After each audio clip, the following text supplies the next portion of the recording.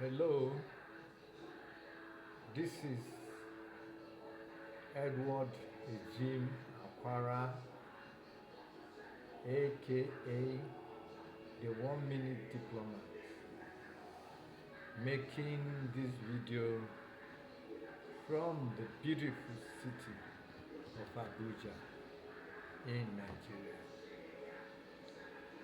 It is a pleasure once again to send this video out into the world, targeting people whom I believe are meant to connect with me at this point and time in history.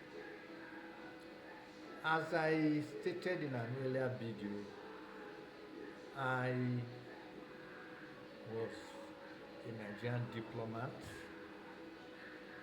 I was privileged to serve famously at the Consulate of Nigeria in New York City. I was posted there in September 1974 when I was 24 years of age, to be a vice consul there. I served there and did many other things, but at a stage, honestly, I got tired of the life, the diplomatic life, and I wanted to do something else. I wanted to go to University of Nebraska at Lincoln to study law.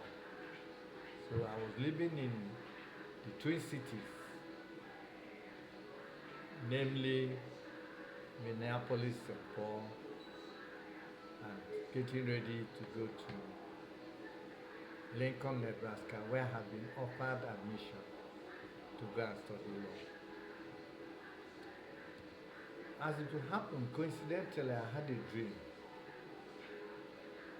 one night where what I believe is an angelic visitor came to me and said, "Young man, you don't belong here in the United States of America." You know, it's strange to a lot of people who believe that the West is El Dorado. But like the angelic visitor told me on that day, if you are not in your location, you won't get your allocation. A lot of people are poor in America. A lot of people are miserable in the United States of America. And especially if you are not an American, you must see God's will before making a trip to a place like that. So this angelic visitor who came to me in a dream told me that I needed to go back to Nigeria and try as much as I could to help in the so-called Nigerian project. There has been a massive brain drain after the slavery era. What the West has been doing is to poach the best brains and leaving Africa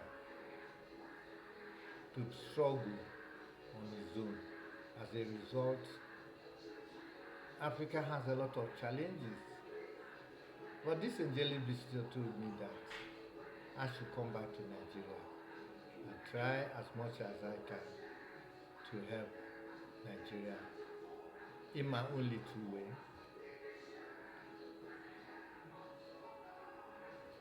to utilize what I have learned working as a diplomat and being privileged to go to some of the best schools.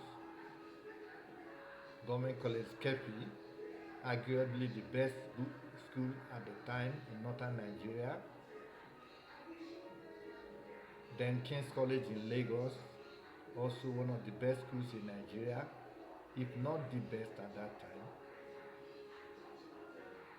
Being in the Faculty of Arts and Social Sciences of Ahmadu Bello University, going to the University of Besançon in France, and then finally being recruited by the venerable old man Alhaji Sule Katagun to be a Nigerian diplomat. Did foreign service training in Australia, was one of the pioneer members in the Commission of ECOWAS, on and on. But that's not really what I want to talk today. So when I came back to Nigeria, I researched and I said, okay, how best can I help the people? Money has not really ever been my problem. I say it in all humility that I was born Igbo, Idoma, parentage, two powerful families, two powerful people. And I grew up to enjoy a little bit of life. So, but I was being prompted or by this divine revelation to try and give back to the society a little of what I have benefited. So my research showed me that the biggest problem Nigeria had, and Africa in general, is poverty. We have humongous resources in Africa. In fact, when I was in government college, Kepi, down the road, just half an hour from Abuja, where I went to school. Of course, Abuja was not yet developed, it was a bush then. You could literally stumble over sapphire, amethyst, aquamarine, topaz, tantalite, you name it, as the stones of the book. Honestly, without exaggeration, Nigeria is the promised land. Yeah. Everything.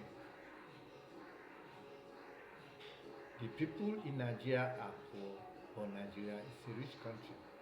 A paradox of sorts. So in my research, I discovered that the biggest problem we have is our thinking, the way we think. Can you imagine that a Nigerian leader will be going to go and beg Chinese to help them? It is a tragedy of epic proportions. Going cap in hand when we have everything. But I don't blame him. Like most Nigerians were conditioned to think like slaves. And so we go cap in hand. Whereas all around us is incredible riches. So I decided that the best thing I could do was to form a network that I call the 1 Million Millionaires Network. That is, I want to reach at least 1 million people and show them how they can be millionaires. I use these terms generically because I see that the only way you can get across to people, especially in this part of the world, is not to use complicated economic, neuroscientific terms and be talking about the modus of intelligence and other things, so that the message can really spread. So today, I will talk about what I call care but don't care too much. You see, in this part of the world, we worry too much. Can you imagine 60,000 people gathering in a stadium because they want to be employed as immigration officers?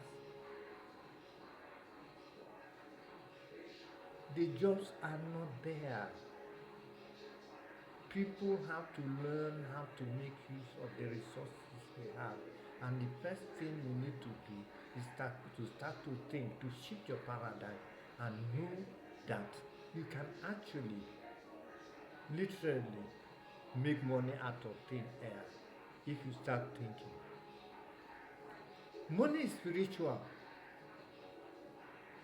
The coins and the paper you have is just a manifestation of the value of an idea.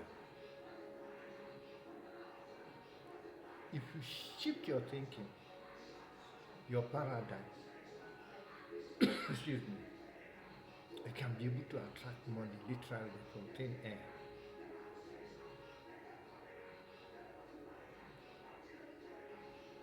I say it in all humility.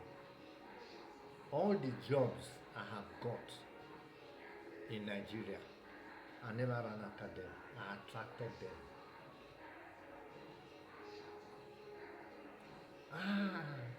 Edward, there's something we want to do at FIRS.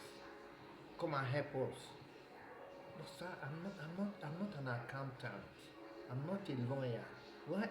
No. And I'll go there and get results. On and on and on and on. You don't chase money, you attract money. I repeat, nobody chases money and is successful. You have to attract money. Position yourself. Think powerfully and dynamically. And somehow, the forces out there will start looking for you. Can you offer value?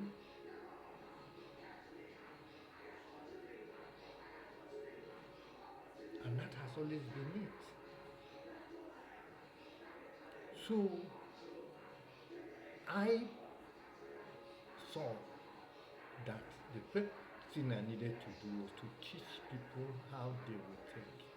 The quality of your thinking determines the quality of your life. I repeat, if you think great, you'll be great. If you think poor, you'll be poor. Yes, there are other things I want you to do. Basically, the foundation is the quality of your number 6. That is what they will use in duping us, in making our people to cross the Sahara, dying and being eaten by the jackals of the desert. And this has to stop. So, I, in my own little way, have come to help Nigeria by forming this mastermind to help like yeast in a dough of bread to show people what to do. And I will be able to achieve this by what they call the butterfly effect. Whenever God wanted to do anything in this world, He needed only one man.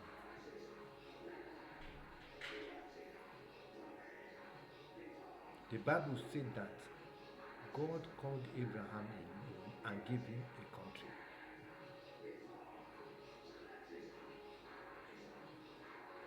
I don't make any pretensions, but I believe that I have an anointing upon my life that I can use in acting as a catalyst to help Nigeria, my constituency, to lift them out of this grinding poverty where we are living in the midst of humongous wealth, riches, and abundance. It's painful. We must not allow it to continue. Thank you.